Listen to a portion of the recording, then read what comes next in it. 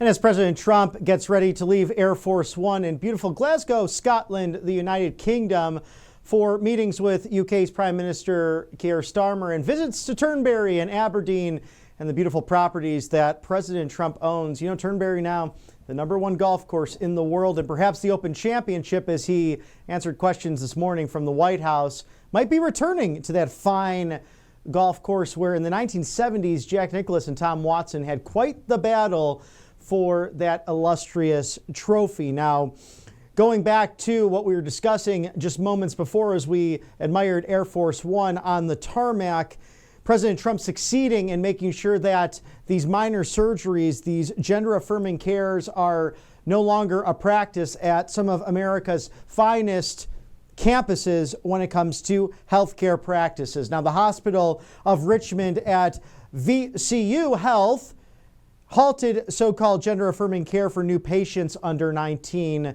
In addition to Children's Hospital of the King's Daughters suspended hormone therapy after puberty blockers and gender-affirming care in children under 19. Seattle Children's Hospital also doing the same thing when it comes to gender-affirming surgery. None to patients under 19.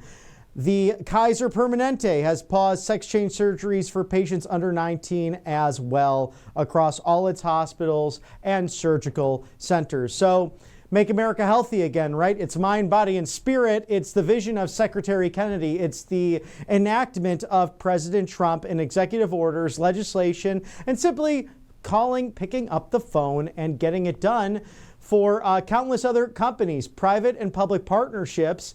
And that's leadership in real time, as we've seen extraordinary new trade deals happening through the use of tariffs and through the use of invitations and discussions, with now nearly 30 leaders around the world coming to see President Trump in the West Wing of the White House. And that includes UK's Prime Minister Keir Starmer, that will be enjoying somewhat of this retreat, a working retreat with President Trump, as many of the activities over the weekend are close pressed, but some great evening activities tonight to enjoy dinner, supper at beautiful Turnberry, and then going to Aberdeen for some lunch activities. And I'm sure probably President Trump will have some golf on the schedule, as he should, because this is truly the home of golf, where the game was originated and where the game is very, very much at home. It's quite the capital for all of that. So if you have the chance to go and enjoy the open courses and